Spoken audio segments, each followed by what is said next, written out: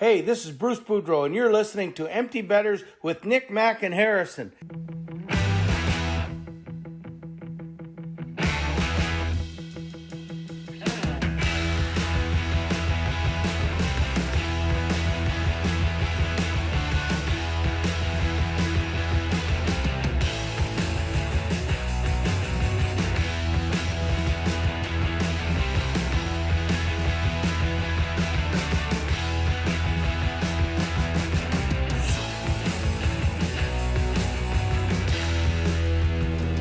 Good morning, everybody, and welcome back to episode 201 of Empty Betters. I'm your host, Harrison Scholes. I'm going to toss it across the screen to my co-host, Mr. Nick Manella. What's going on, buddy? Not too much, my dude. Fired up to talk some outdoor hockey games with you guys. I know our run up to the trade deadline here in the NHL is officially on the clock. We have 10 days, maybe a little bit less than 2 weeks until we're at the trade deadline, which is crazy to think about. So fired up, happy to be here. 201. Let's go. I think it's someone fact check me, March 8th or March 1st. Yep. I can't remember. I thought first, no? Is it first, or is that our fantasy hockey? It's definitely our fantasy, but I thought they were actually the same this year. Which that would be ideal. I could be wrong about. But then it's like a week away. I'll fact check. Yeah, appreciate that. But before I toss it off to Mac while he's fact checking, just want to say thank you to everybody for the kind messages and words for episode 200. Really appreciate that. Now I'm going to toss it off to my boy up in Wisco, who I will be seeing this weekend. And I believe we'll be going to a Milwaukee Admirals game on Saturday night. Mr. Mac Vogel, what's going on? Not much. I'm full of shit, though. It's March 8th. So, yeah, don't listen to me.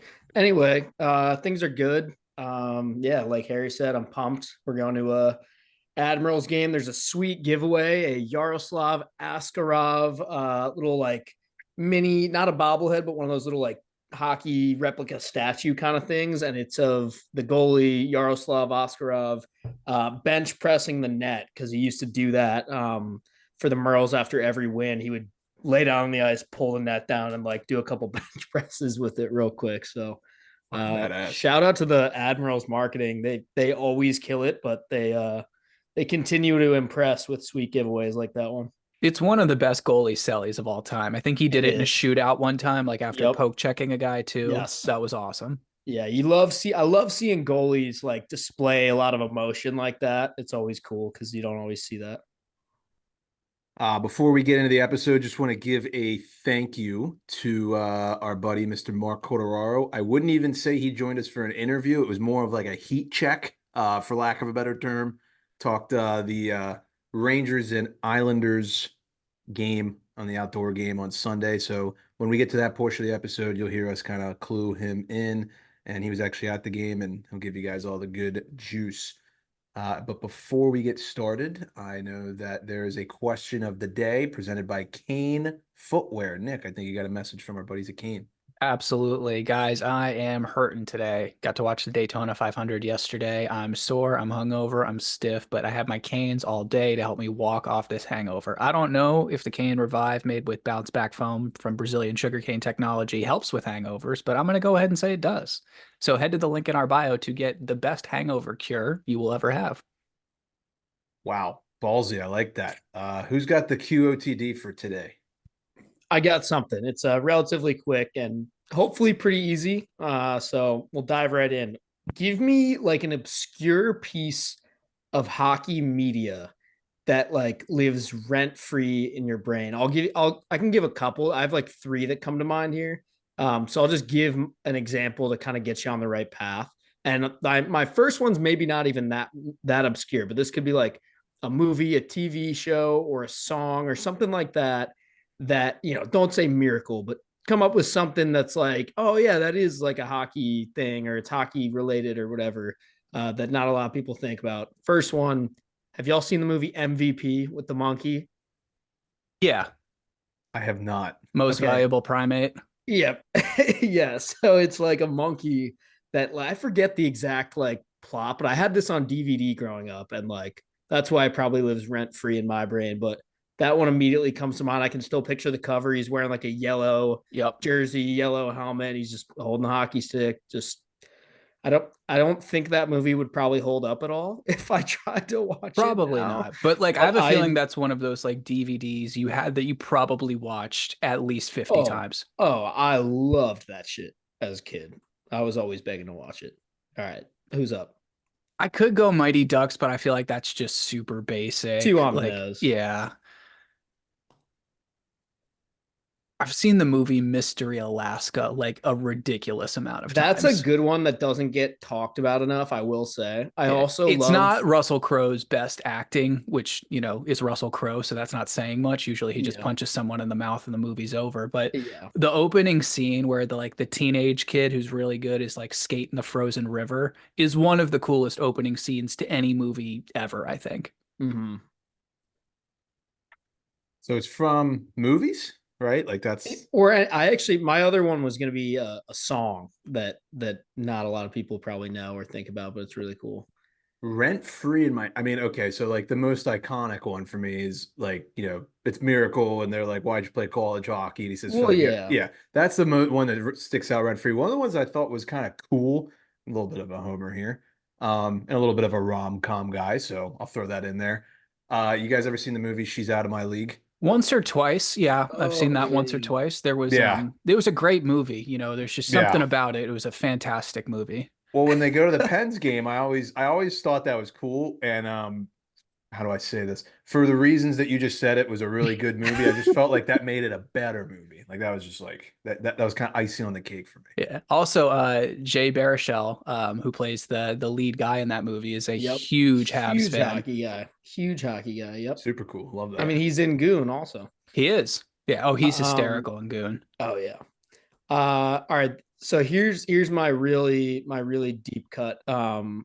Honorable mention, real quick. I just have to say, there's also a song by the Zambonis, called "Hockey Monkey." Yep. Great one. If you haven't heard that one, you got to go check it out. But this song is actually like not a song for kids like that one is, and it's like a good ass song. Have you guys ever heard of Tom Cochran, the Yeah. singer? Life is a Highway. Yep, he's Yeah. the original artist of Life is a Highway. He has a song called Big Leagues, and it's about like a guy like making it to the NHL essentially. There's like a line in it where it's like talking about his dad taking him to practice. There's like a line in there. It says like early in the morning he could hear the ice crack, like something like that. It's a really really cool song. It's actually like a good song too. Like it's catchy. It's a good rock song.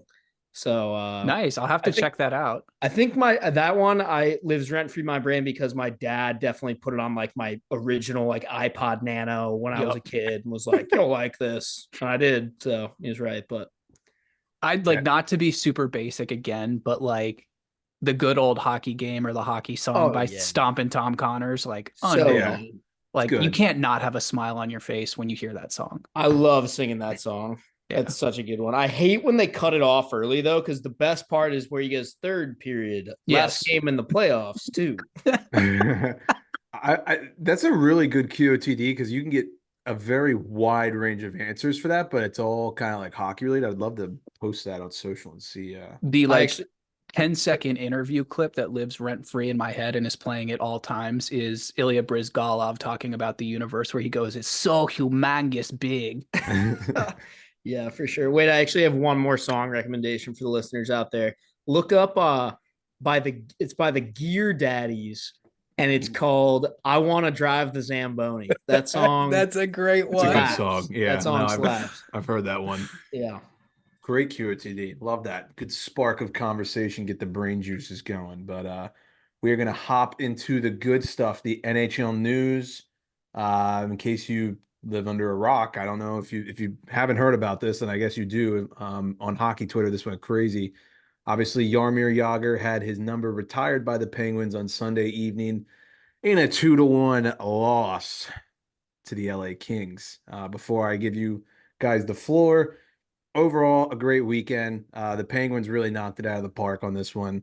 They let Yager skate with the team in practice at their Cranberry facility on Saturday. The ceremony on Sunday was phenomenal. And then the best part of the entire weekend, in my opinion, the Penguins warm-ups on Sunday before they took the ice with the Kings.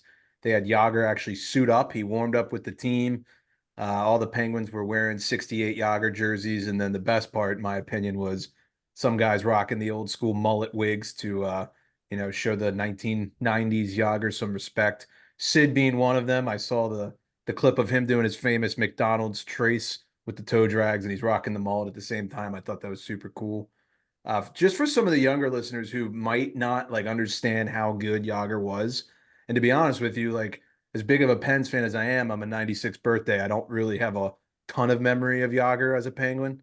It more so starts for me with Lemieux and Kovalev and Straka, but he had 13 less points through his first 570 career games as Connor McDavid. And think about the breath that we talk him in with. We mentioned him with Gretzky's and Lemieux, and obviously Yager's up there in scoring, but I feel like some people think it's because he played forever, which he did, but just such a dominant player in his era. I thought it was just an all-around great ceremony, great weekend for the Pens other than the loss. What'd you guys think? Well, I just want to point out right away, Nick, notice how Harry, when he was talking about his favorite parts of the weekend and of the whole event, none of it had to do with the actual hockey game that got played. And there's got to be a reason for that. That smooth over job right there would impress any town's road and works department right there. That shit is like runway smooth right now. Damn, nice. But no, all jokes aside, it was awesome. I think they nailed it, especially based on how like viral it all went. I mean, for obviously I follow a bunch of hockey accounts, so a lot of times my timeline is all hockey anyway. But every time I open my phone, Instagram, Twitter, it was all Yager, Penguins, retirement. Like it was all that, and lots of good clips, lots of good content. So, and I wasn't mad about it. I mean, like no, I love Yager. I hate saying nice things about the Penguins, but they did a fantastic job. And I mean, how involved he was in everything. It was great to see him involved. It was great to hear him on air. That was unbelievable. It's just, I mean, not to make this about the Caps, but Washington Capitals, pay attention, take notes, do something similar to this for Peter Bondra. I'm not saying Peter Bondra is anywhere near the caliber of Jaromir Jagr. For sure, there's a difference there, but down the road, hopefully very soon, do something like this. I thought it was fantastic. It was cool to see him and Sid doing stuff. I mean, those are just two mega titans of the hockey game going ahead, hanging out and in warm-ups and stuff. And, Harry, you talked about like kids maybe not knowing how good this guy was. This guy was one of the first superstars in the NHL that I remember just being enamored with because it was right around the time he was coming to DC. Obviously did not go as us in DC probably wanted it to go, but he was just unbelievable. And I mean, the physical presence that this man had when he was playing hockey, because his reach was so long, he could put the puck 7 feet this way and then 7 feet the other way, and you would just never be able to touch it. Oh yeah. I mean, the other thing I'll mention, I mean, obviously he was on that back-to-back cup run for the Penguins.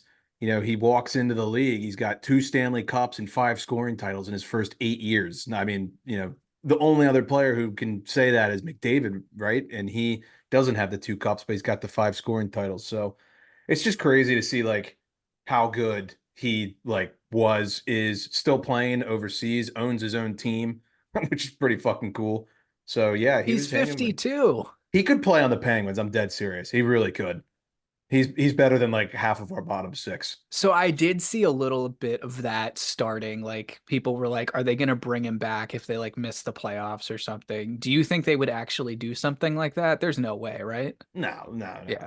They're not going to do. Although I will say, like, I'd rather have him on the team than like Nola Chari or like Matthew Phillips. But yeah, I understand. Yeah, that's fair. I don't even think you can. Once a guy has his number in the rafters, is it even legal to unretire? I feel like they have to lower it for that game. I don't know if they did this. I really should, but did they do that with Lemieux in his comeback? Did they retire his number? I can't remember. They probably waited until I don't know. I should know this, but I feel like in those situations, you kind of know if it's still on the table, and then you wait to retire. You know what? Like look at Yager. Even like they waited. He left for a period and then came back, and they didn't jump to retire it right away. I would think it was probably the same with Lemieux, but I know the Bruins retired 7 while Bork was wearing it. So they retired Esposito's number 7, and then Bork had to switch that game to 77. Oh shit! The more you know. Yeah, Little there's a hockey great lookout. video of him like taking the jersey off and like shaking Espo's hand or something like that.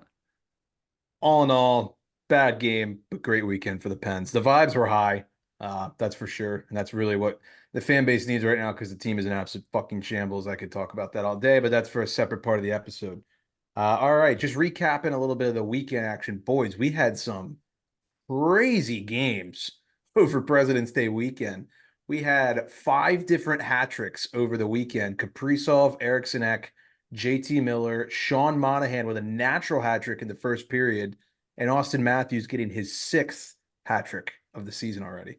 The United States government is taking money out of my pocket every time a player in the NHL scores a hat trick. I just want everybody to know that. I just really want that out there, okay?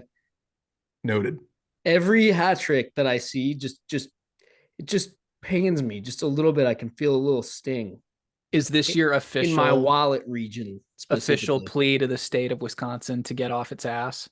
Yeah, I've been making that plea, but sure, this can be my 900th official plea. For those, should we explain for those who might Sure, not? yeah. For those who don't know, when I was previously a gambling man, I my bread and butter was to live bet somebody to score a hat trick when they already had 2 goals. And you would think like that wouldn't be that crazy, but for some reason the payouts were always like stupid. I think because my whole theory was like odds makers don't really understand hockey, and that like their logic was like, well, he already has 2. He's probably not going to get a third. But in reality, the logic they should be subscribing to, and the logic I was subscribing to, was like he's already got 2. His teammates want to help him get a third. Also, if they're winning by like a goal or 2 late in the game, there's going to be opportunity for an empty net, in which case your coach is almost certainly going to put you out there if you have 2 goals, especially if it's like a 2 goal lead. There's a million reasons. I could get into the science behind it. I used to, It's do kind of like a equations and study in the lab and do this for this sole purpose. But I had to hang up the lab coat when I moved to Wisconsin.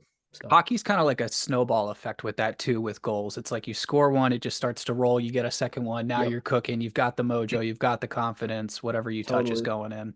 absolutely. Well, some of those names I just listed, 3 of those hat tricks were all in the same game. In case you didn't know, on Monday, the Wild took down the Canucks in a 10-7 game. There were 3 hat tricks in that game. Like I mentioned, Kaprizov, Eriksson Ek, and JT Miller. That is the first time there's been 3 hat tricks in a game in 32 years. The last time that happened was in 1992 between the LA Kings and the San Jose Sharks, when Luke Robitaille, Yari Curry, and Mike Donnelly all did it. I was gonna save that for trivia, but I was like, that's way too hard. I probably wouldn't have gotten any of those. It's insanely hard. That is a tough one. And then obviously the 6-5 Stadium Series game, highest scoring outdoor game ever.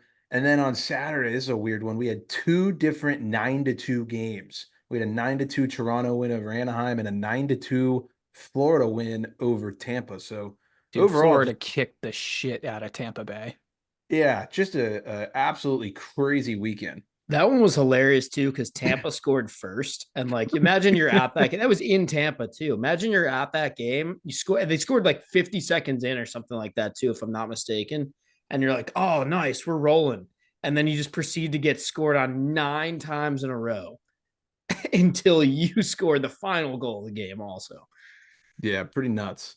So just to kind of recap for all those over betters, which I know there are many of you, between Saturday and Monday, there were 26 NHL games. 17 of them went over 6.5. That is a 65% hit rate. It was a good weekend for a lot of the Twitter boys out there. So Scoring's up.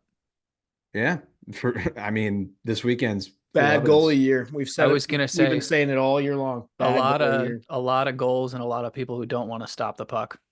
Well, speaking of a guy who's getting a lot of goals, Mr. Connor Bedard has made his return to the lineup since his broken jaw. And man, when he has that fishbowl on, he is just a different player. It's like, like the meme, like hoodie Mellow, when Carmelo would wear like the little hoodie underneath. This is fishbowl Bedard. This kid is unbelievable when he's got the cage on. But 3-game point streak since his return. 6 points in that span. The Hawks have scored 7 total goals since the 3 games he's been back, and he has a point on 6 of the 7. I love how he's even got the hang with the fishbowl Yup. too. Yeah. Yeah. Hair's starting to come in a little bit. He took back the lead for rookie scoring race, but the game before he came back, Brock Faber of the Wild tied him at 33. Obviously, in the 3 games he's been back, he put up 6 points, and now he's got the lead at 39. The kid's unbelievable, and he's got nobody on his team. It's truly crazy to watch. Yeah. I mean, he is the heart and soul of that team right now, and it's just amazing to watch. And like, I have a feeling there's going to be so many kids just converting to fish bowls because of him, like we used to do with Ovi and the yellow laces, or the tuck, or the Or skates, or Sherwood. whatever. Yeah, exactly. He is like, I can't remember what year this was, maybe 2005. It was that year where like LeBron was legitimately the only player on the Cavaliers. They went up against the Spurs and got whacked, I think. Maybe it was '06. It reminds me of that because I Yeah. watched the Pens play them the night he came back. They are truly maybe one of the worst teams in NHL history, and he is the only bright spot. 2005, was he alive yet? Ooh, he's Fuck. 18. Oh, God. Maybe he was just born? No, Is Is he a well, 2005 birth year? I'm gonna die if that's I think true. he is. Yeah. Is he 19 yet? I think he's 19, isn't he? He was born on July 17th, 2005. Wow.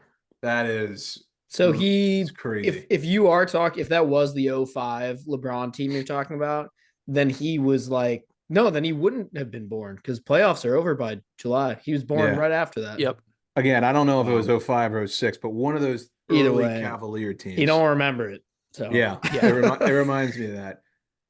This next news piece, I am really interested to hear what you guys have to say, even though I know most of your thoughts. The Tampa Bay Lightning debuted their new black uniforms with matte black helmets. They've worn them every game since they got launched. Thoughts? So here's what I will say. Uh and I think Nick and I are on the same page about these. The logo is dumb. I hate the like circular, we're just gonna stick our logo in a circle and then also write writing around it. And um Nick, you nailed it when you talked about the hockey club part of it too. Like Yeah, that it's should be stupid. reserved for like original six, I think. And soccer teams. Right. But also I will say the uniforms themselves are definitely better than like, which isn't saying much, but are better than like their normal kits. Matte black helmet, bad. Yeah, I'm not a matte black fan for really anything. I mean, I think Yeah. it looks nice on hockey sticks with the grip finish, but that's, Yeah, about it for me. sure. Helmets I can live with, like you said, Mac, I think the crest should be like a shoulder patch, if that makes sense. Like Yes. I don't Yes. necessarily love the circular design as a No. primary anyways. Love the jersey. We are Yeah. moving absolutely in the right The color direction. scheme, they should go back to wearing black in general. That's like I what like agree. And blue should be the alternate. yeah, and especially when you saw like Vasilevsky match the Hobby Bullen Yeah. setup from those days. He had the same like leg pads and blocker and glove as the like Hobby Bullen era Bolts did when they were the even better black jerseys. Really, they should just go back to those. I don't know like why we're like Yeah. fucking around so hard with this. It's the weird, like, it's their logo that they just need to figure out. We've got Yes. the jersey The sorted. minimalistic logo is ass. Why? Like, Just a little bit more like 3D behind it. I'm not saying you have to go back to the original one, which that would be my choice, but something between the two. Yeah, you can't just have this simple like, yeah, it's very like 2013. That being said, Chief, yours looks great. So, There you go.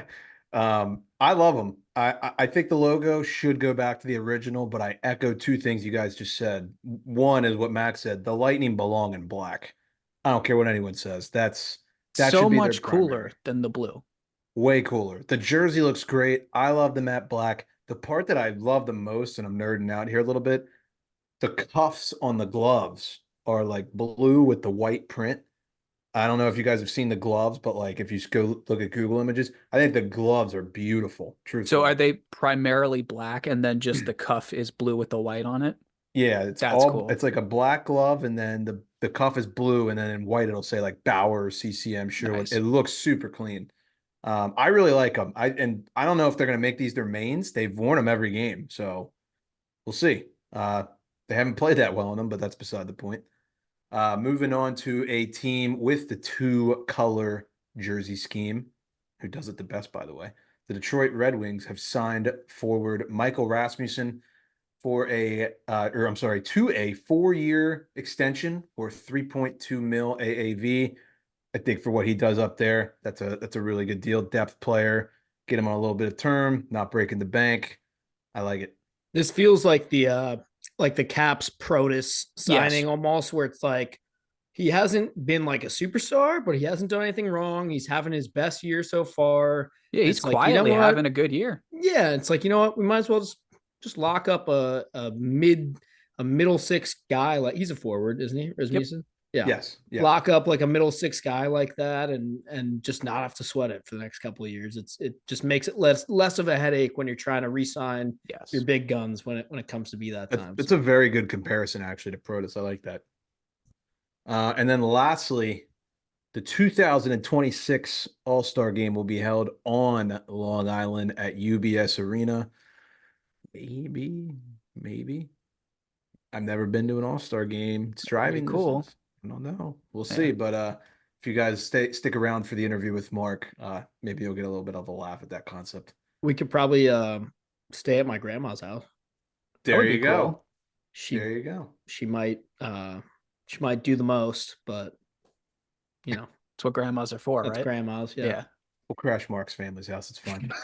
All right, moving on to the discussion portion of the episode. Before we review the Devils and Flyers and also do the Islanders and Rangers conversation with Mark, it was announced that the Columbus Blue Jackets will be hosting Detroit at Ohio Stadium next year for the Stadium Series. A lot of mixed reviews on this. Personally, I like it. I think they deserve it. Columbus has good fans. Their team blows. They've never had this. It's something different. Got a little college football rivalry in there. But a lot of people are like, who the fuck is going to watch this? I love it. I think it's awesome for every reason that you just said. The venue is going to be fantastic. This is how you grow the game. I mean, Blue Jackets fans, like Columbus people, they deserve an outdoor game too. And I think when you can increase the capacity of an NHL game in a city like that, you're only opening it up for more people that maybe don't go to the normal games or go to one game a year and are casual fans, and they're like, all right, this is special. I'll go to it. I'll check it out. They go to this game. It's awesome. And they're like, holy shit, I'm in. And then they're, buying season tickets the next year. That's what you want out of an event like this if you're the NHL. As someone who's been nothing but negative towards the NHL marketing and PR this season, this is it's such a home run. I mean, you just completely zeroed in on two of the biggest college sports fandoms by using their hockey teams, looking at it that way. You're going to get Ohio State fans, you're going to get Michigan fans, and then you're going to have hockey fans from Columbus and from Detroit anyway. So I think it's a brilliant move. I mean, those Big Ten schools, we all know how it is. We all know which one is best, but they do show out for their teams for sure. I'm saying it right now. Empty betters, us three, and whoever else wants to come with us, we are going to one of the following events. We're either going to this Stadium Series in Ohio, the All-Star Game in Long Island, or the Winter Classic in Chicago.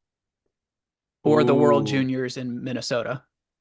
Well, we're doing that either way. That's Okay, cool. One of those three we should definitely do. I feel like NHL event. We're picking one of those things and we're fucking going. Sounds good.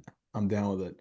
All right, so we have Devils, Flyers, the Nikos. I will say the Nikos for the Devils definitely showed out that night. Nico Dawes kind of stole the show. Had a 48 save performance to help the Devils secure a 6-3 win over Philly and a very defeating loss in my fantasy matchup as I went up against him. That was unfortunate. Nico Hischier and Nathan Bastian each scored a pair, along with Owen Tippett scoring a pair for the Flyers. Fun, chippy game. Not as good as the Islanders-Rangers game, obviously, but overall, I thought it was all right. Thought the jersey matchup was decent. And I want to give a shout out to Garnet Hathaway. One, he was a pain in the ass all night, and he made the game a little more entertaining. And two, I think he was wearing a hoodie underneath of his jersey, which is the first time I've ever seen that. There was something under there. I don't know if it was like just like a really, really thick turtleneck or something, but there was definitely something like back here. I don't know what it was. Thoughts on the game overall, jersey matchup, now that we saw them live? Honestly, I kind of flip-flopped. I thought that out of the four, out of the Devils, Flyers, Islanders, and Rangers, I remember we unpacked this when the jerseys got released. I think I said I liked the Flyers best. I didn't love how it looked out there for some reason. Yeah. The numbers on the shoulder is stupid. Yeah, I couldn't agree more. That was really bugging me. And then something about the striping. It looked cool on the jersey, but it just didn't do it that much for me out on the ice. The Devils was better than I thought it was when I saw it, but it still didn't really like do much for me. I didn't really care. Same. Some people got a kick out of them. Islanders, Rangers. I actually personally I thought both of the uniforms looked really good on the ice. Yeah. I will say the Islanders, it's just the Oilers jersey, but I feel bad for the Islanders because every attempt they've made to like make an alternate or a different uniform than their original one has flopped. Everyone hated the Fisherman when it came out because the team was so bad. Everyone's hated basically everything they've done for the last two reverse retros. The stupid one they tried to do to copy the Nets was terrible. Horrible. The one with the NY, that's one of the worst of all time. the blue one with the NY and then the 18 acres of white shoulder blocking is or just it's like atrocious. a gray shoulder. Yeah, that one is it's so bad. And then there's the triangle one from like the mid 2000s. Oh, you're talking about the orange one with the blue triangles coming up the sides or whatever. Or the didn't they have like a gray one too that was like gray on top and then a bunch of weird like blue and orange and it just said like either Islanders or New York, and I think it had a number on the front. It did, yeah. Yeah, they've had nothing but misses. I will say I actually like their normal logo. I think it's a good logo. They have one of the best looks in the NHL. It's classic. Yeah, even just their normal uniforms. I don't think there's anything wrong with them. They're fine. Yeah, no, I would agree. That Brooklyn Nets one's the worst. Oh, it's terrible. Worst jersey of all time, in my opinion. It's pretty damn close. I think the one we just talked about, though, with the one on the number on the front, that actually might be the worst of all time. We're gonna make a post about this and put put all the Islanders jerseys on blast. Yeah, figure out what the worst of the worst is. Yep, definitely. Big win for the Devils. That feels like I know we talked about this with Mark, and you guys will hear that in a second, but that kind of feels like a very big potential season-defining win. They put up 6 on the Flyers. Vanacek's on IR. Nico Dawes steals the show. Maybe he can be their guy going forward. Who knows? But it just kind of feels like the team wasn't carried by Jack Hughes for once. Everybody was chipping in. It's just a solid win. And look out. I think I was texting you guys this the other night. I think Jersey's about to go on a run.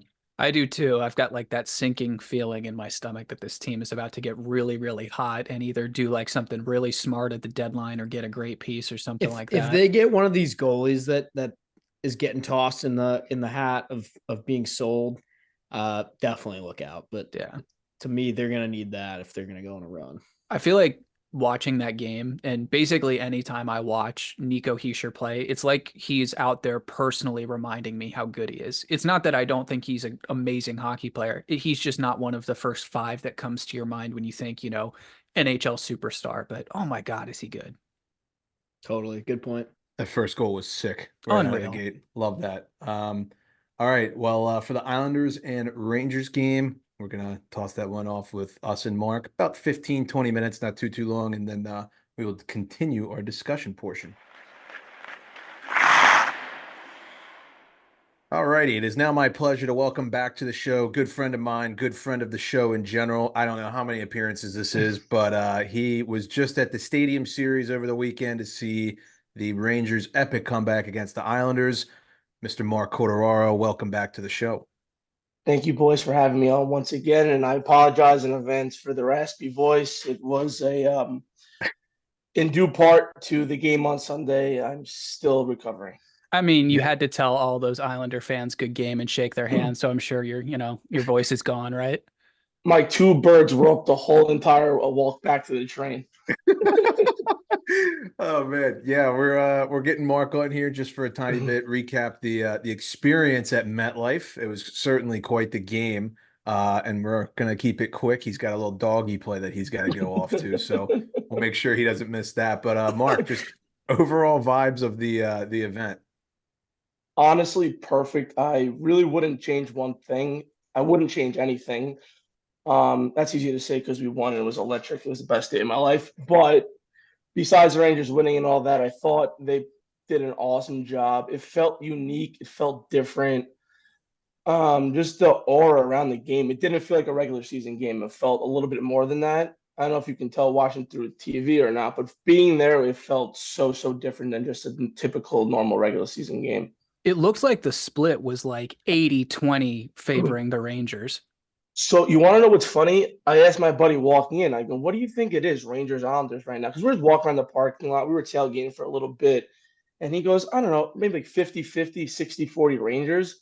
But then after they scored like a couple goals, and then at the end, you're like, are there even any Islander fans here? Right. You really thought, like, even watching the video back, it sounds like it's just all Ranger fans.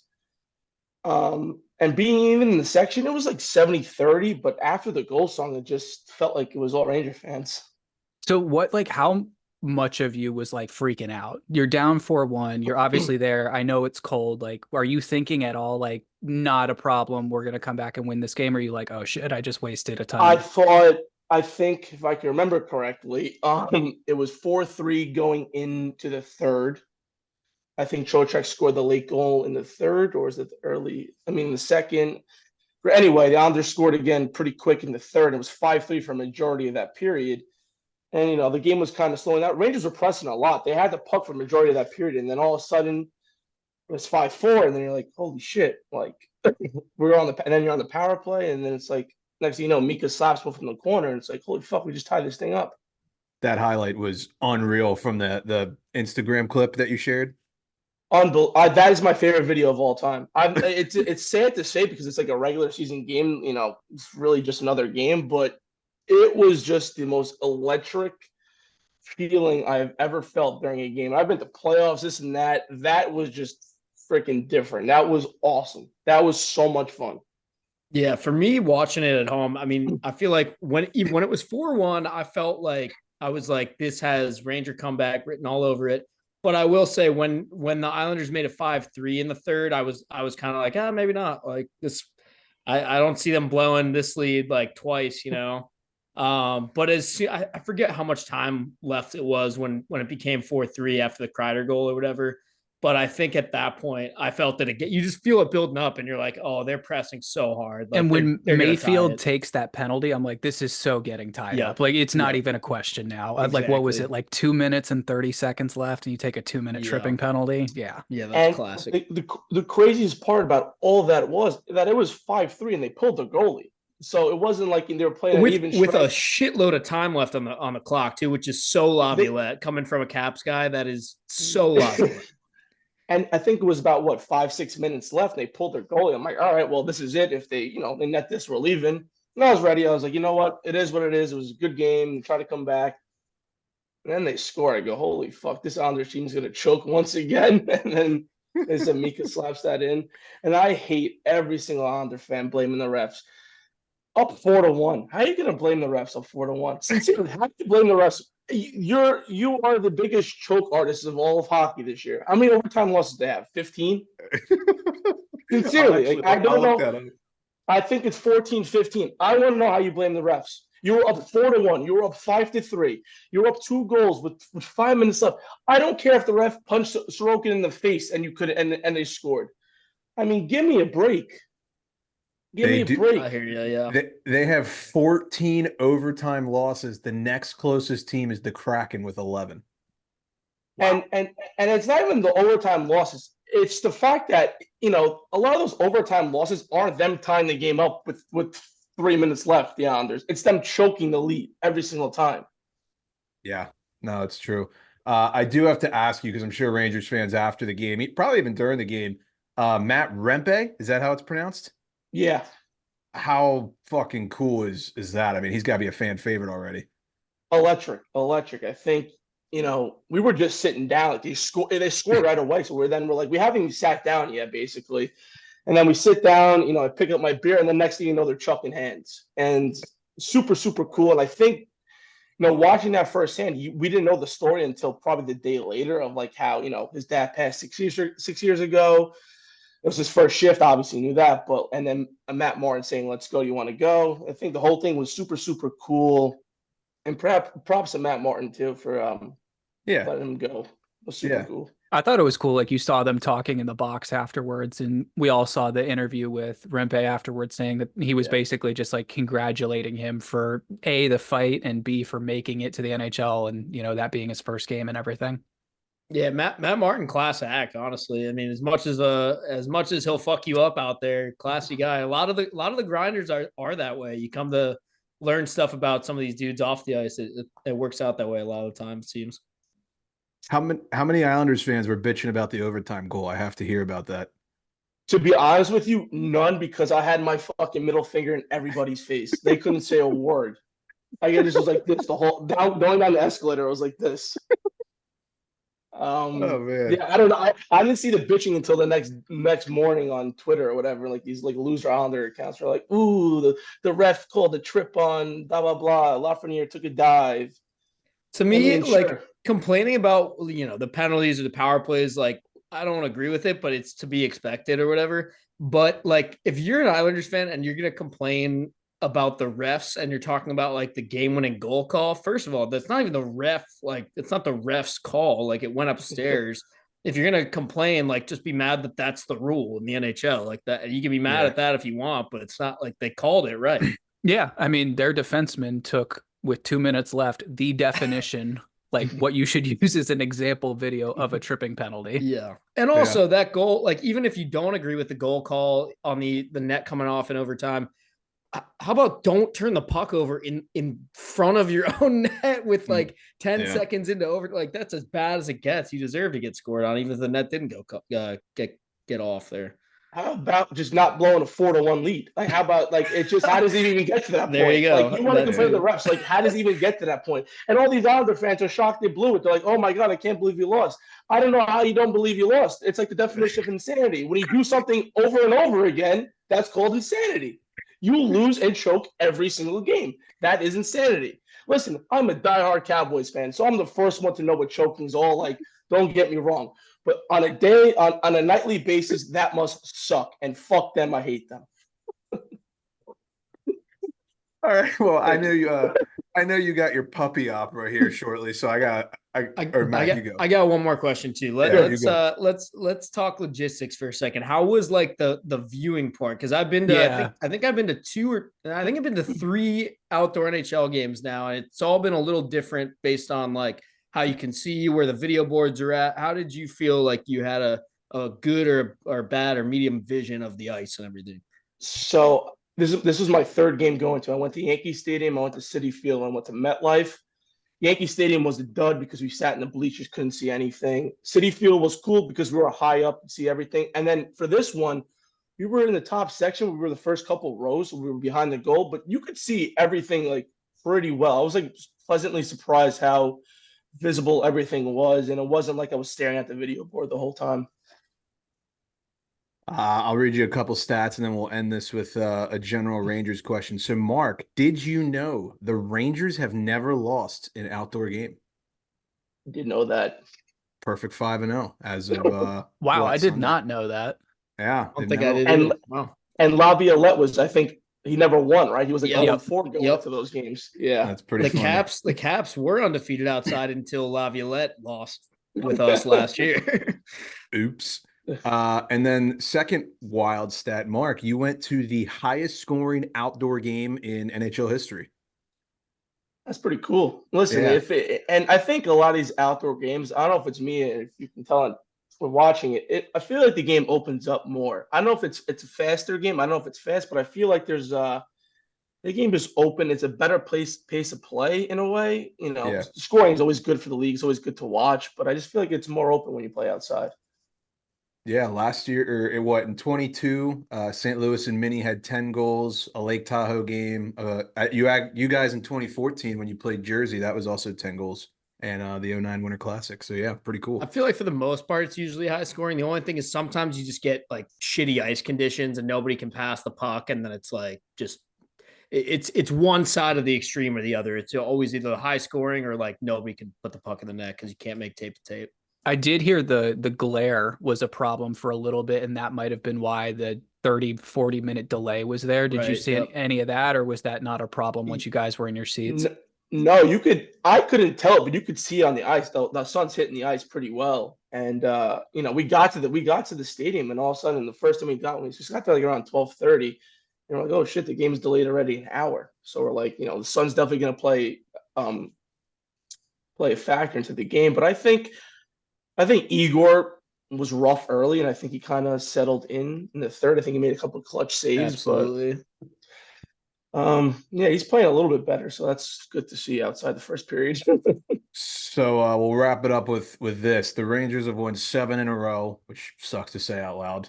Leading the Metro Division. They're probably going to win it, if I was to guess. They got a nice little 4-point cushion on Carolina. Is this the year? Listen, man, I'll put it back to Sunday. I think, you guys can contest to this because you guys all seen Stanley Cups, but I think that's a win you need in your regular season. Not because you came back and won, but because you can come back and win. That is a confidence booster that I don't think will take Privy now, but I think it will take Privy down the line. And just an awesome, awesome win. That was freaking awesome night. I agree with you. I love when you can kind of tell in the regular season your team gets a certain kind of win and you're like, this could be one of those season altering wins that just everybody really galvanizes around. I totally agree. That's that kind of win for sure. And just even like I don't know if you guys saw like the post game. I think when Kreider gave that to Rempe and Laviolette, and just the whole aura just felt, we got this. This is like this seems a little bit different. Like I said, I don't think it'll pay off tonight. I think that if they go down 4-1 tonight, they're going to come back. But I think down the road, when you're in the playoffs and those tough moments, you're like, you know what, we can do this. We've done this before. We can come back and, super, super impressive win. I think you nailed it. It's just that sort of mentality for, hey, we're down right now. Let's reset. Let's change a couple things. Let's make these adjustments and let's just go back at it and simplify the game. And I mean, how many times did we see the Caps do that on their 2018 run? It's like, hey, we're down 2 goals right now against Tampa on the road. Let's focus. Let's get composed. They had to do it to Vegas all the time. It makes all the difference. And one more quick point. I think Laviolette called a timeout. I think it was they were down 3-1, 4-1, whichever it was, he called the timeout. And he could have pulled the plug on Igor. Hey, come out of the game, get quick in before this becomes worse. And he kept Igor in. They reset. I think it was 4-3, then 5-3. But after that timeout, the game, I don't say it flipped, but you felt the Rangers, on attack a lot more than the beginning. I thought at the beginning they were playing on their heels a lot. Yeah, no, I totally agree. Well, I know you got plans, so we appreciate you. We appreciate you coming on. We'll get you out of here, and I'm sure we will talk to you again at some point this season, if not postseason, and it'll be a fun. Just fun hopefully finish. not in June. Yeah. Yeah. Please, let me get one. You guys all have one. Let me get one. That's all I ask. Let me get one. You guys have all had one. Let me get one. I got you. Well, glad you had fun, boy. It was good talking to you. We'll let you go. All right, later, guys. Love you. Thanks, Mark.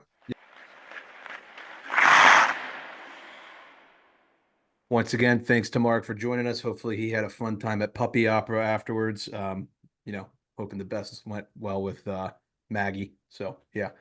All right. Had to have a little fun with that one. Sorry. Auston Matthews. I know I mentioned it earlier in the episode. He's got 6 hat tricks on the season.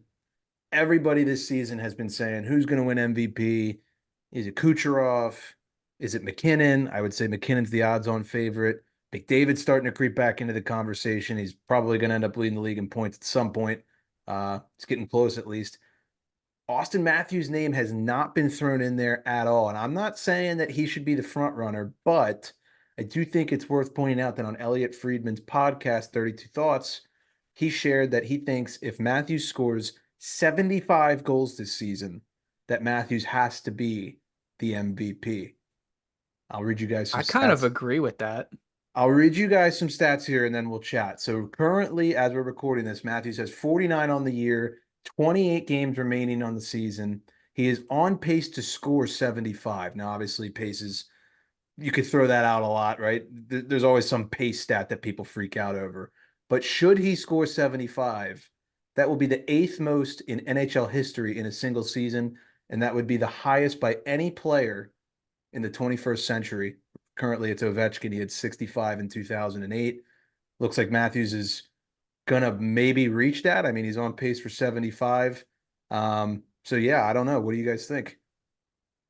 Listen, first of all, if he scores 75, 100%, it's not even speculation. If he scores 75 What was like the goals, second highest to 75? Like did Lemieux have like a ridiculous one in the 90s or something? What you mean? Like, so Gretzky leads it with 92, but are you asking like what's in 91, between right? that? Like if Matthews gets 75 this year, I know Solani got 76. Is that the next like most recent time that Like, someone's gotten more than that? I will fact check this while you two Okay. chat. Also, one other quick comment while he's doing that. The whole on pace thing, I don't give a fuck, because I remember a couple of years ago, Alexander Steen was on pace to score like 112 goals like 2 weeks into the season or some shit. So don't care. However, I definitely think he could get, I think he'll beat the Ovi one. I think he'll get 65. I do too. He could get 70. He could get 75. I'm not saying there's no way he does it, but I do think it's ridiculous to even to make a comment and be like, if he gets 75, he should get the MVP. Like, I don't even think there's a question at that point. If he gets 75, Yeah, I getting the absolutely MVP. I absolutely agree. I mean, Harry, what goal is he at now? I know that hat trick, did it put him at 48 or 49? 49. 49. And what's Wow. crazy about that too is next below him is 39, and it's fucking Sam Reinhart. It's nuts. That's and then, absurd. Like, would've guessed okay, that? you know what we need to do next year when we're doing our season previews? We need to like pick a random day, like we can like February 20th, for example, and we need to say, okay, list who you think will be the top 3 goal scorers in the league on February 20th, because it'd be hilarious to insert some audio right now from like beginning of the year of us guessing. I can guarantee Sam Reinhart would not have been one of them. Not even close. Matthews and Kucherov maybe would have, but yeah, I don't know. I love that idea. So, Nick, to answer your question, should he score 75? The only other players who have done it are Esposito, Solani, Mogilny, Lemieux, Hall, and Gretzky. The most recent of those, Solani did it in 92-93. He scored 76. Rookie season. Mogilny also scored Which, 76 that like- season in 92-93. So there were 2 76 goal Oh my scorers that year. God. That's insane. yeah. Speaking of 76 goals, Matthews is now 76 goals from reaching Sundin for the Leafs franchise that is record. another one that, And he's played in 449 less games. yeah, that is like bananas. Like, I don't. So, all right, I have a hot take maybe. And listen, I love Auston Matthews. I truly do. He's probably tied with a couple other people as my non-favorite my favorite non-Penguin player. I got a hard time thinking anybody's winning it this year other than Nate Mack. I really think this is his year to lose it. I think the fact that Colorado, they're being led by that top line, truthfully, the entire year. Landeskog still being out, I feel like people are going to put that in his favor. I just can't see a world where McKinnon doesn't win it. Truthfully. Why not Kucherov? I was going to say, this is getting interesting now with these three. I don't have a great answer other than that one. I feel like I hate to say this, but like Canadian guy, they're always going to pull for them if they're like neck and neck. True. Secondly, I just feel like what Colorado's doing as a like whole team led by McKinnon is more impressive at the moment than where the Lightning are. I mean, the Lightning kind of look a little bad right now, and I think they'll make the playoffs, but there is a chance they don't. Right. So, but you could also argue like MVP, like individual award. Well, I'm saying like without Kucherov, where the fuck are the Lightning? Right. This is exact, and there's like no right answer. I don't know. I feel like McKinnon's going to earn it this year. I have that feeling. My take though is like, I get that like points, like the points leader ideally should like be a favorite for MVP. But to me, if you score 75 goals and like the next highest goals underneath you realistically is probably going to be like 50 or something like that, or like 55, like goals win hockey games, guys. Like assists are That's great. true, And and it's awesome being like a two-way player like Nate Mack and being able to score and set guys up. And not to say Matthews can, I think he's like fifth in the league in assists or something like that too. But like goals, that's what matters. most in like 30 years too, which is Yeah, just that's what I'm crazy. saying. Yeah, that's like, yeah, sure. Do you want I would agree with you if you finished with like 60 or whatever, but Do you want to hear something crazy? And Mac, not to like kind of call you out here, but I was just looking at the stats. Matthews only has 24 assists. yeah. That's crazy. Oh, I thought he was. Oh, but okay, in points is what I meant. He's still like fifth in No, points. it's okay. Yeah. But like, I don't think I've ever seen a stat line where someone basically has 50 goals and then half the amount of assists. Yeah. Well, there's some OV seasons you should take Oh, a definitely. look at. Yeah, I was Like, gonna say. not Yeah. holding that against him. It's just weird to look at. I don't know. I mean, Yeah. what if he doesn't hit 70? Like, who's your front runner for the MVP right now as it stands? I feel like I gotta lean him just because we know the NHL is like goal scoring equals MVP kind of league. Like we've seen it with the Norris Trophy. Like they give that award out to whatever defenseman scores the most. Which is a hilarious thing. Right. But it doesn't make sense, but which I don't agree with that, but I personally do agree with leaning towards goals, especially if it were to be an unprecedented amount of goals. But yeah, right now I'm leaning Poppy. and the hat tricks thing to me is really interesting. So he's got 6 now. The highest that's is ridiculous. Gretzky, who did 10 twice. Thanks for coming. This guy needs 4 games to get 4 hat tricks. That's the crazy thing. Like he could be down to the last 4 games of the season, right, and score 3 goals in all of them. Yeah, he's that good. It's pretty. He's crazy. also just on a great like power play and line, and like they just have a lot of like things going for them offensively. Usually, yeah, he's the first player wise, and they do need to score a lot because they don't really stop the puck all that well. True. Mac, what did you share on Twitter today? Someone pulled a Samsonov stat, and I thought I saw you like. Yeah, this was blowing up my phone just because I said some guy was getting cooked on Twitter, and everyone's like, "Yeah, he is." I'm like, "Okay." Are they trying to say Sammy's good? The tweet was from like StatMuse. It was some Leafs fan saying like, "Holy shit, look at Samsonov since he got called back up from when they sent him down or whatever." And he had like a 9, I think it was like a 9 or 0.90, 900 save percentage. And some guy who's like a Habs fan quote tweeted it and said like, "Oh, Leafs are bragging about a 90% save percentage or something like that." And like, yeah, he just got flamed for a bunch of different reasons. He also like misinterpreted the stat. He didn't really even understand it properly. It was a whole mess. Interesting. Yeah. Dude, the playoff race, not to change the subject, is just so crazy. We talk about Tampa, we talk about Toronto, and like it's just kind of weird right now. The spots Philly, not to change the subject, everything comes down to Philly. I know Detroit. I feel like Detroit's going to finish strong. I believe that. I think Jersey's going to finish strong. I believe that as well. If Philly falls off the face of the earth, then obviously I think Tampa, Toronto, those 2 teams will get in. But if they stay hot, one of those teams could miss. I think Philly will fall off the face of the earth. I actually do. Do you remember that tweet I sent you guys from Evil Gritty? Yeah. I'm going to read it. If you actually think Walker, Sealer, and Lawton are going to be on the Flyers when they miss the playoffs by 2 months in mid-April, you don't know puck.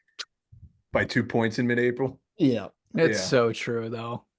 That's yeah. No, I did see when you sent that. I was like, this guy knows his team, and that just sounds too right. So yeah. I will say this about the playoff standings, and I know it is going to come down to Philly, but I'm looking at that Toronto Detroit thing. I mean, Detroit is really the only threat to that 3rd spot in the Atlantic.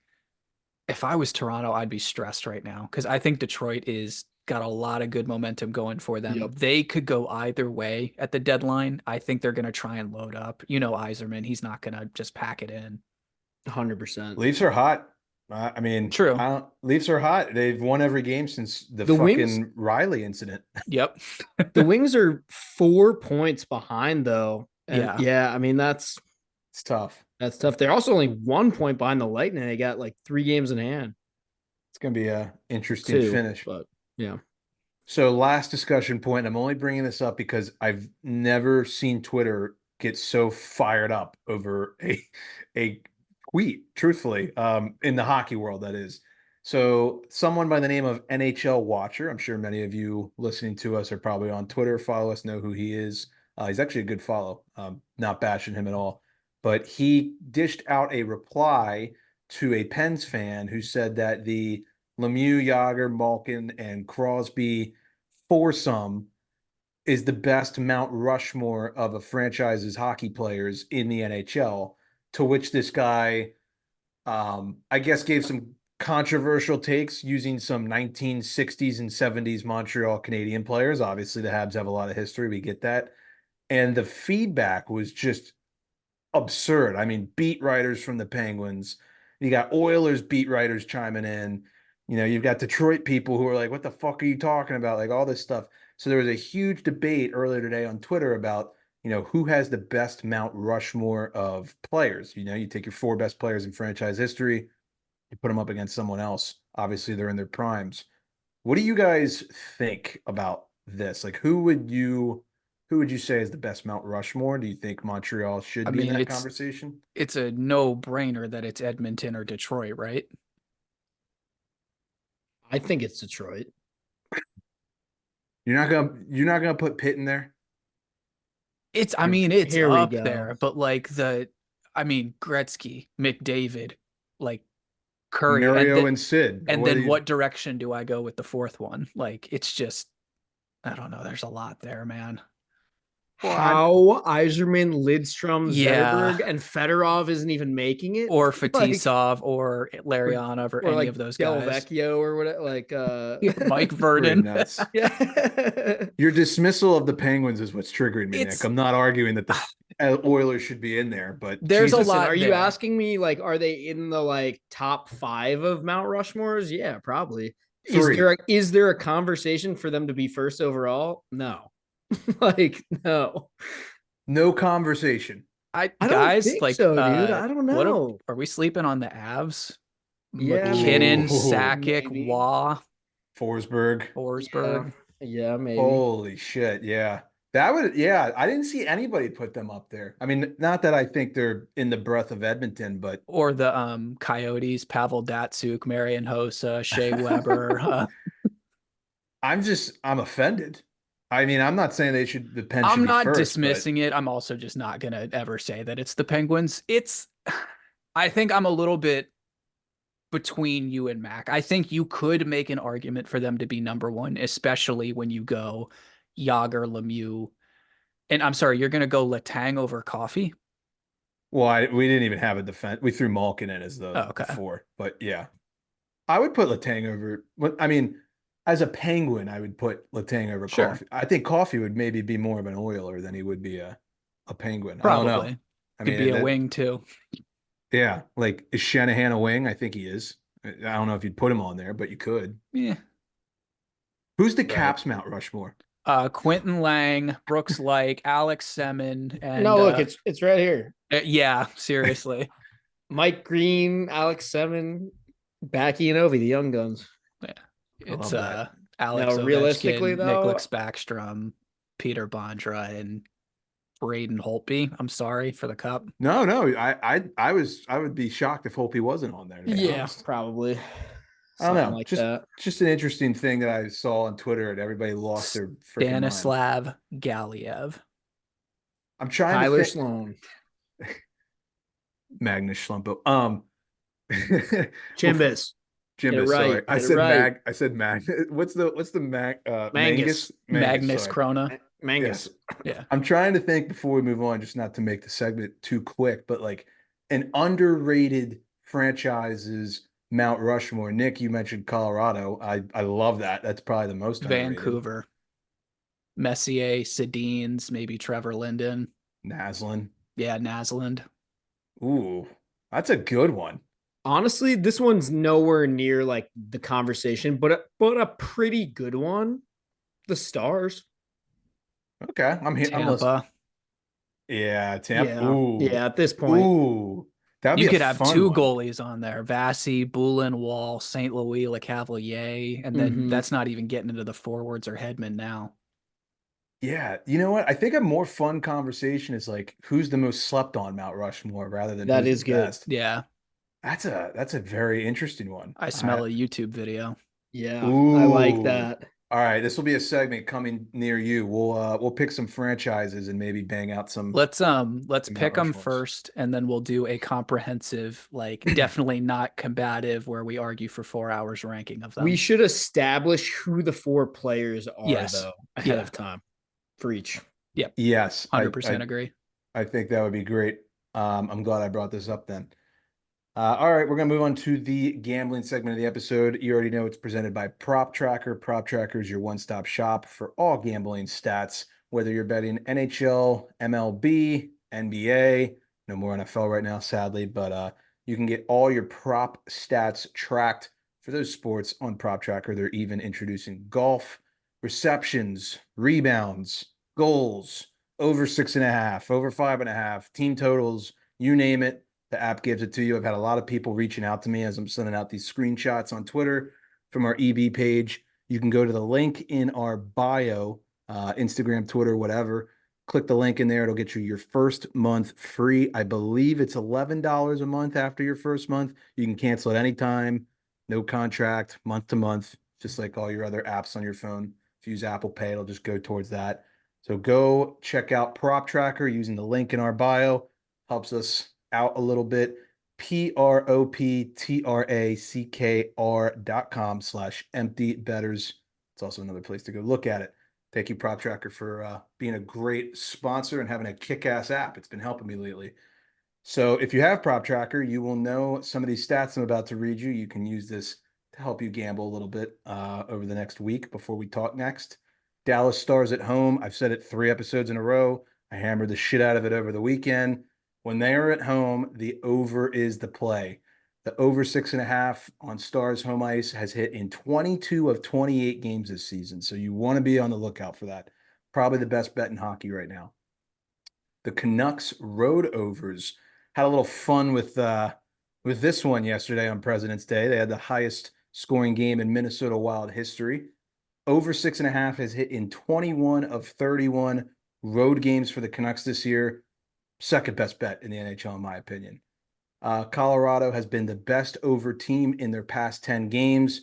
Over 6.5 has hit in 7 of their last 10. They just so happen to be taking on the Canucks tonight, so you guys won't be hearing it yet. They take on the Canucks tonight. The Canucks are on the road. 2 of these stats going against each other tonight. I'll definitely be on that. The LA Kings, they've seemed to find their way here lately.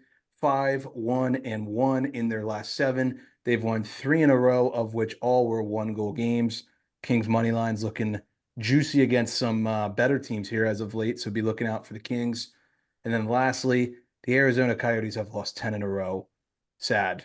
Yeah, it sucks because I feel like this team has played really, really well throughout portions of this season, and they are entertaining to watch. I mean, Keller and Schmaltz, when they're connecting on the top line or on the power play, that's electric. And they've got some exciting players, and the arena is unique, but not good right now. Not good. They have seriously had some bright spots, though. You're right. And I think like they have, if they want to like, I don't know, ship off some of those pieces, they could definitely continue that rebuild, particularly with the goalies. I mean, to me, they have 2 goalies that any team in the league should be happy to have if you need one. There's tons of teams in the league right now who are going to make the playoffs who, in my opinion, both of their goalies suck more than Vamelka and Ingram. So Yeah, I know Vamelka was your boy last year. If he wasn't on the Coyotes, maybe he'd have a little bit better of Vamelka stats. was my boy last year, and Ingram's my boy this year. So, Sensing a theme but here. seriously, I think either of those guys could get moved to a team, even just to be a more stable backup or something like that than what a current playoff team has right now. Sure. Absolutely. So if you're betting it against the Coyotes, value might suck at the moment, but just keep an eye on it. So that'll wrap up the gambling Any portion. other bets you make this weekend that you did pretty well on?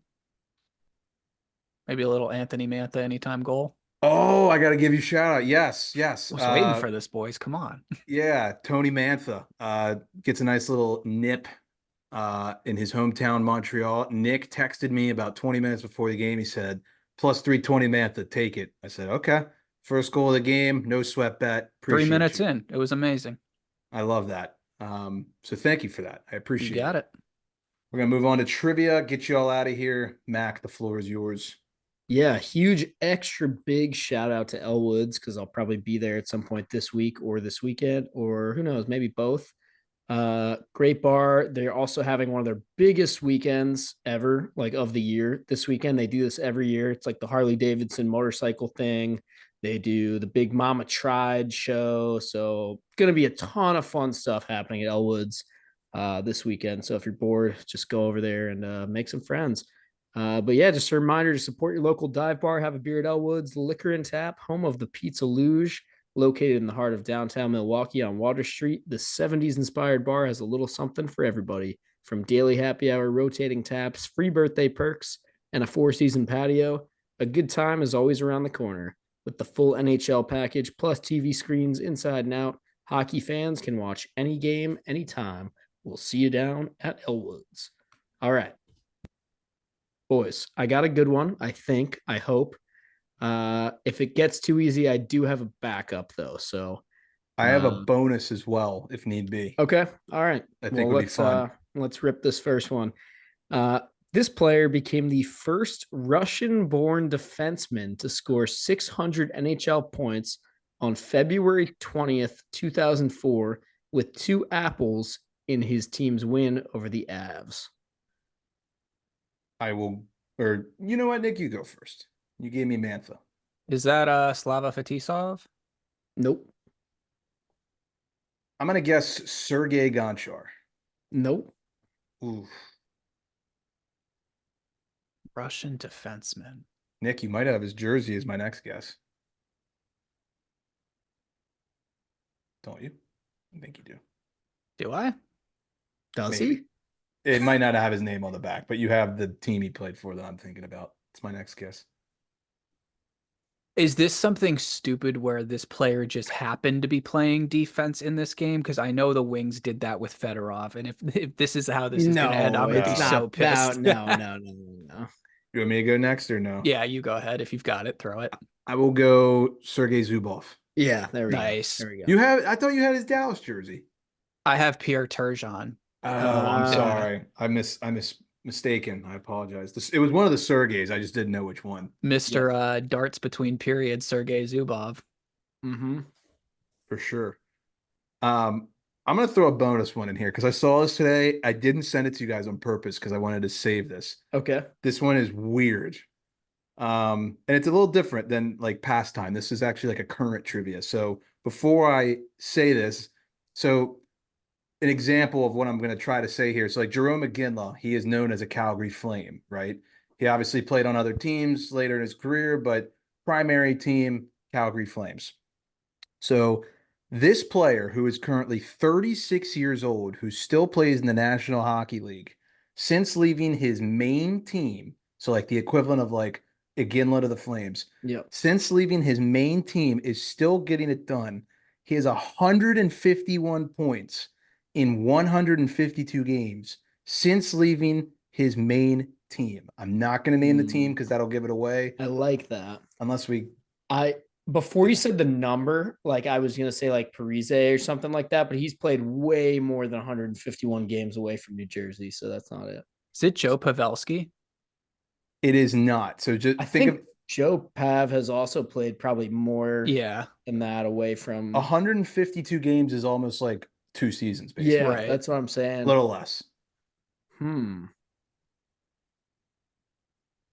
It's not like Taylor Hall or... Wait, how old did you say? He is 36 years old. Okay. Taylor the Hall's same age 36. as the same age as Sidney Crosby, if that helps. Yeah. Okay. That's a good question. It blew my mind, and it's a very known name. It's not like this is like a weird one. Like you know. Yeah, I mean, if he's got that many points, he should be pretty household. Yeah. I would say fringe, maybe not a Hall of Famer, but probably the best you can get without being in it when he's done. Forward, I'm guessing. Yes. All right. Like I said, if I give you his main team, you'll know who it is immediately. This is tricky. 34 years old. 6. 36, right. Okay. There's no way Patrick Kane has played 2 seasons, right? No, he is not. Okay. You're in the right direction. Okay. But that's actually, I shouldn't say it's a forward. He's kind of maybe in that same breath as Kane, same era. He of also prime. certainly hasn't scored 100 and something points between New Right. York Yeah. and There's no way. and Yeah. Detroit. Okay. Did he switch conferences? No. And has he played, the way you read the question made it seem like he's played those 151 games with multiple teams. Yes. Okay. 2 different teams. I'll give you a bone. 2 different teams since he left his main one. But they all are in the same conference. They are all in the Eastern Conference. That's fascinating. Okay, let me think.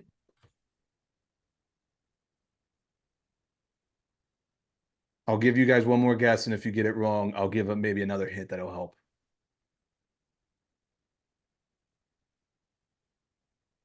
I think I know it. There's no way it's like Blake Wheeler, is it? It is not Blake Wheeler. Okay. Is it Claude Giroux? Ding, Damn, that's ding. good. I should have known that. He Wow. has been Once you said on a both were in the tear. East, I was like, oh, okay. I would have thought he's actually played. It feels like, to me, it feels like forever since he's been on the Flyers. I would have thought it'd been more than I would have said 151 games. 4 years easily. I would have said it's been like 350 games since he Yeah. played for the Flyers. He has scored 151 points in 152 games since he left Philly. I That is absolutely believe that. crazy. He tore it up. I mean, he's tearing it up with Ottawa, but he tore it up with Florida too. Yeah. His like player card that like Jay Fresh or Andy and Rono do. He's having an unreal year this year. So we talk about orb of confusion and all that stuff. So mostly just because it's fun to make fun of fun, Flyers fans, but no, It's also so easy Giroux to piss him off. Really good. But I saw this and I was like, I would have That's never crazy. guessed he's doing that well. So yeah. Yep. A little fun one. All right. Any final notes before we get out of here? Maybe we'll see y'all at Elwood Saturday, Mac. I don't know if that's in the forecast. I think it is. Yeah. Certainly beforehand we'll be there. Yeah, for sure. So we'll see anybody who wants to hang out Saturday. Other than that, I think we're good, boys. Nick, you got your mic on. Anything else? I'm good. All righty. Well, we appreciate the love and support as always. We'll be back with you next week. And once again, thank you for the love and support from episode 200. Without further ado, Class dismissed.